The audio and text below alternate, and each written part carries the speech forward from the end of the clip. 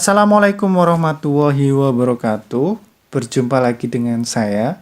Pada kesempatan kali ini saya akan membahas tentang pajak dan diskon yang termasuk submateri aritmatika sosial.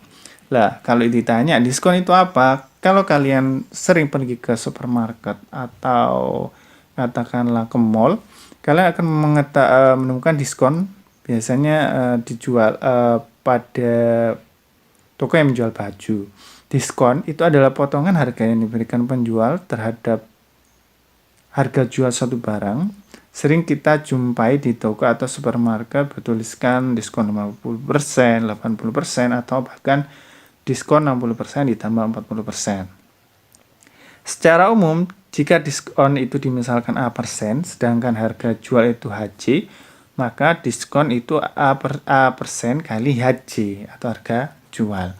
Langsung saja nanti kita ke contohnya. Lah, di sini saya punya Jerome membeli baju seharga 200.000. Berarti HJ-nya diperoleh 200.000.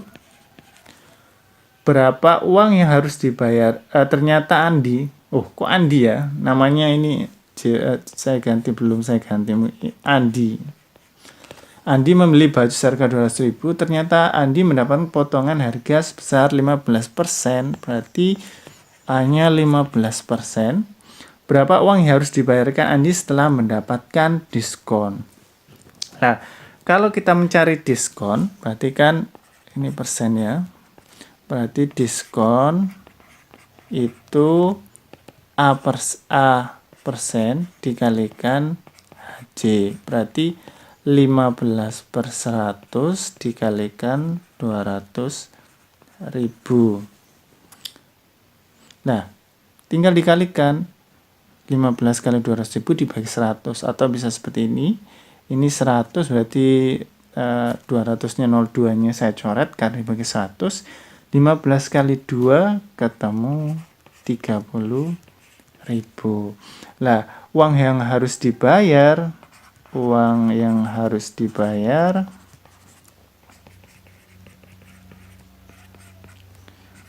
bayar Andi 200.000 dikurangi 30.000 sama dengan Rp 170.000. Apakah ada cara lain, Pak? Ada.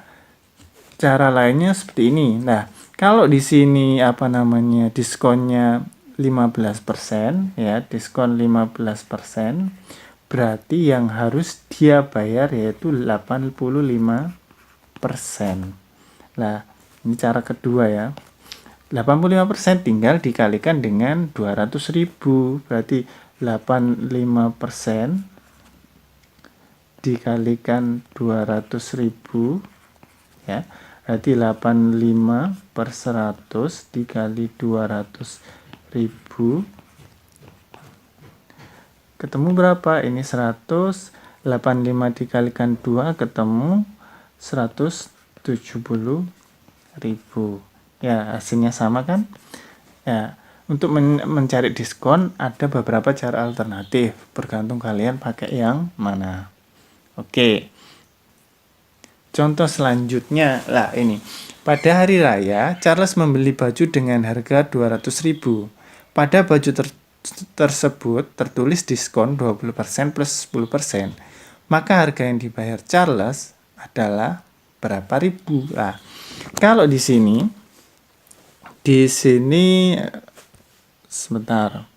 Harga jualnya itu harganya 200.000. Ada dua kali diskon, yang pertama 20%, kemudian yang kedua 10%. Nah, kalau 80% saya pakai cara alternatif yang kedua, berarti dia harus bayar 80%. Kalau dia diskon 10%, berarti harus yang dibayar yaitu 90%. Yang pertama, harga yang harus dibayar Charles itu 80% ya. Dia mendapatkan diskon 20%. Sorry. Berarti 80% yang harus dibayar kalikan 200.000 Ya, 80 per 100 kali 200.000 ketemu berapa? 80 kali 2 berarti 160.000. Ya, ini yang diskon pertama. Kemudian didiskon lagi 10%. Lah, diskonnya itu berasal dari hasil diskon pertama, bukan berdasarkan diskon harga jual. Berarti di sini yang harus dia bayar itu 90% dikalikan 160.000. 90 per 100 dikalikan 160.000. Ya. Jadi ketemu berapa? Di sini kan 100-nya nolnya 1 dicoret. Nah, tinggal dihitung. Di situ 9 dikalikan 16. Ketemu 144. Nolnya yang belakang tinggal mengikuti. Jadi ya, ketemu 144.000. Jadi Charles harus membayar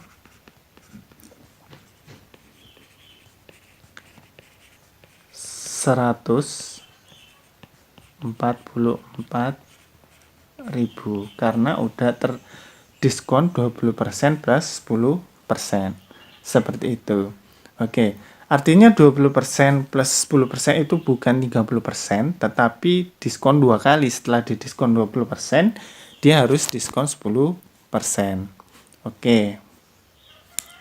Nah, kemudian di sini ada pajak. Pajak adalah besaran nilai suatu barang yang wajib dibayarkan oleh masyarakat kepada pemerintah. Nah, ini sudah diatur undang-undang, ada PPN, ada PPH. PPN itu bisa sebesar 10% dari harga jual. Kemudian PPH bergantung berdasarkan pemerintah, ya bisa 5%, nah bergantung perundang-undangan.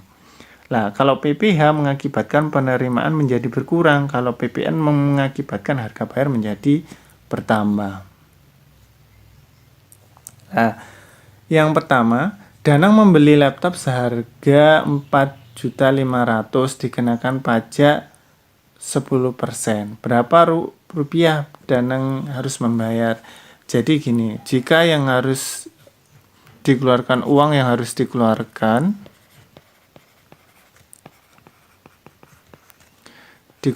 Danang, karena di sini PPN berarti 4.500.000 itu ditambah 10 per 100 dikalikan 4.500.000. Ya, 4.500.000 ditambah, berarti kan ini tinggal per 10, tinggal dibagi, ketemu 450.000. Ketemu berapa? 4.500.000 ditambah 450.000, ketemu 4.950.000.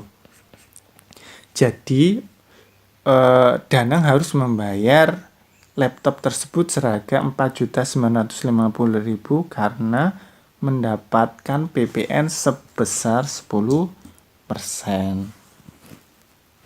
Contoh terakhir, di sini ada Pak Yusril berhasil menjual tas banyak 100 tas dalam waktu sebulan dengan harga 3 juta per unit. 3 juta per unit ya. Berapa pajak UMKM yang harus dibayar oleh Pak Rudi dalam 1 bulan tersebut? Pajak UMKM ditetapkan 1% dari omset. Jumlah hasil penjualan selama periode tertentu dalam 1 bulan atau 1 tahun. Nah, karena di sini berhasil 1 unit tas itu harganya 3 juta ya, 3 juta rupiah. Pak Yusril berhasil menjual 100 unit. 100 unit. Berarti omsetnya, berarti kan 100 dikalikan 3 juta rupiah, ketemu 300 juta rupiah. Nah, pajak UMKM ya, pajaknya itu 1% dari omset. Lah, omsetnya kita peroleh 300 juta. Nah, dari sini kita tahu bahwa yang harus dibayarkan Pak Yusril itu sebesar 3 juta rupiah. Seperti itu ya. Jadi ada pajak penghasilan, ada pajak PPN penambahan barang, ada pajak UMKM, ya bergantung nanti soalnya seperti apa, kita harus menyesuaikan. Nah, itu saja yang dapat saya sampaikan pada kesempatan kali ini. Jaga kesehatan, pakai masker jika keluar rumah, ya. Semoga kita bisa berjumpa lagi di kesempatan ya selanjutnya, karena ada beberapa materi yang akan saya sampaikan lewat YouTube. Oke. Itu saja yang dapat saya sampaikan, kurang lebihnya mohon maaf. Saya akhiri. Assalamualaikum warahmatullahi wabarakatuh.